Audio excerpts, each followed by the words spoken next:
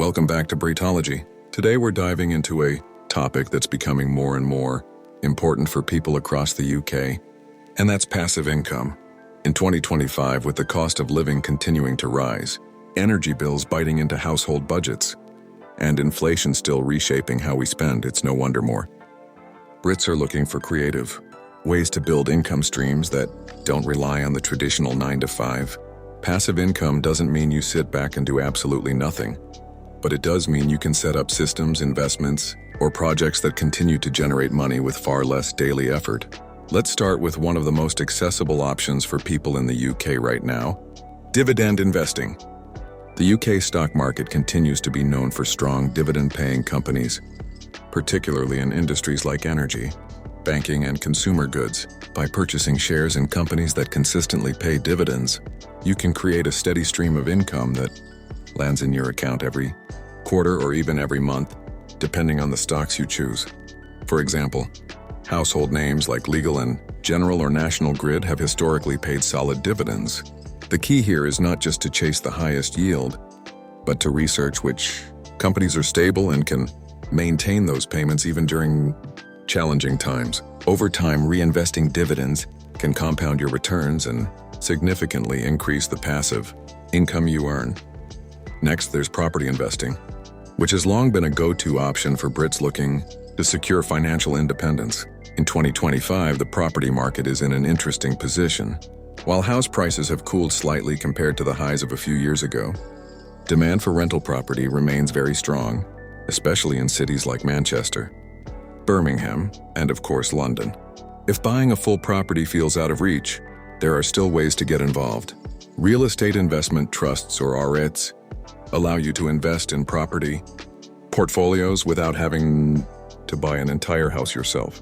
Some platforms even let you start with as little as £50. For those with more capital, traditional buy-to-let properties remain an option, though you do need to consider tax changes, stricter regulations for landlords, and the rising standards for energy efficiency. Despite those hurdles, rental demand isn't going anywhere. And with the right strategy, property can still be one of the most reliable forms of passive income. Another area that's become more popular, especially among younger generations, is peer-to-peer lending. Platforms in the UK allow you to lend your money directly to individuals or businesses in exchange for regular interest payments. This essentially cuts out the bank and lets you act as the lender. Of course, there's risk involved, because if the borrower defaults, you might lose your money. That's why it's crucial to use platforms that spread your investment across many loans to reduce the risk. Some providers even offer protection funds to cover losses, though these aren't guaranteed. Done wisely, peer-to-peer lending can offer higher returns than traditional savings accounts, and it's a way to put your money to work instead of letting it sit idle. For those who prefer digital opportunities, creating and selling online content has never been easier. In 2025, the creator economy in the UK is thriving. Whether it's writing ebooks, producing digital courses, or designing print-on-demand products, these digital assets can continue earning money long after you've created them. Take ebooks as an example.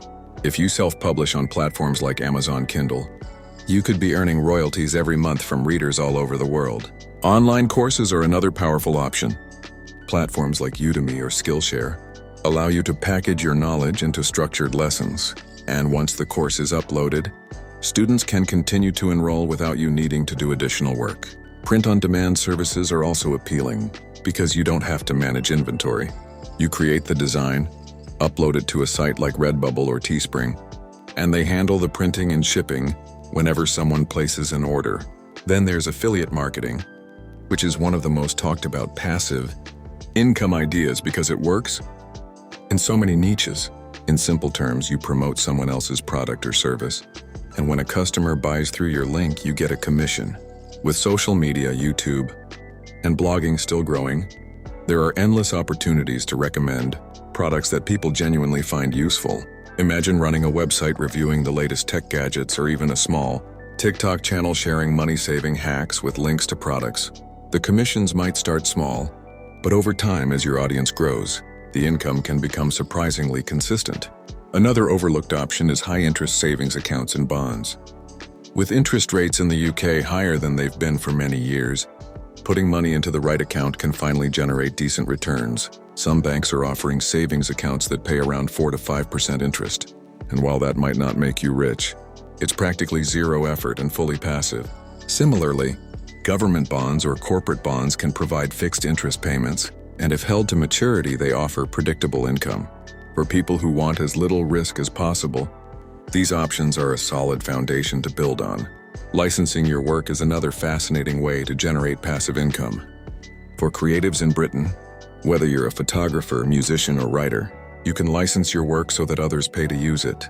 Stock photography websites, for example, allow you to upload images that can be downloaded by businesses or individuals for a fee, and you keep earning each time they're used. Musicians can upload tracks to licensing platforms that film and advertising companies use, meaning your music could end up in a YouTube ad or even a Netflix show, earning you royalties. It's all about creating once and earning repeatedly. One newer area in 2025 is investing in fractional ownership of assets. This could be art, collectibles, or even luxury cars.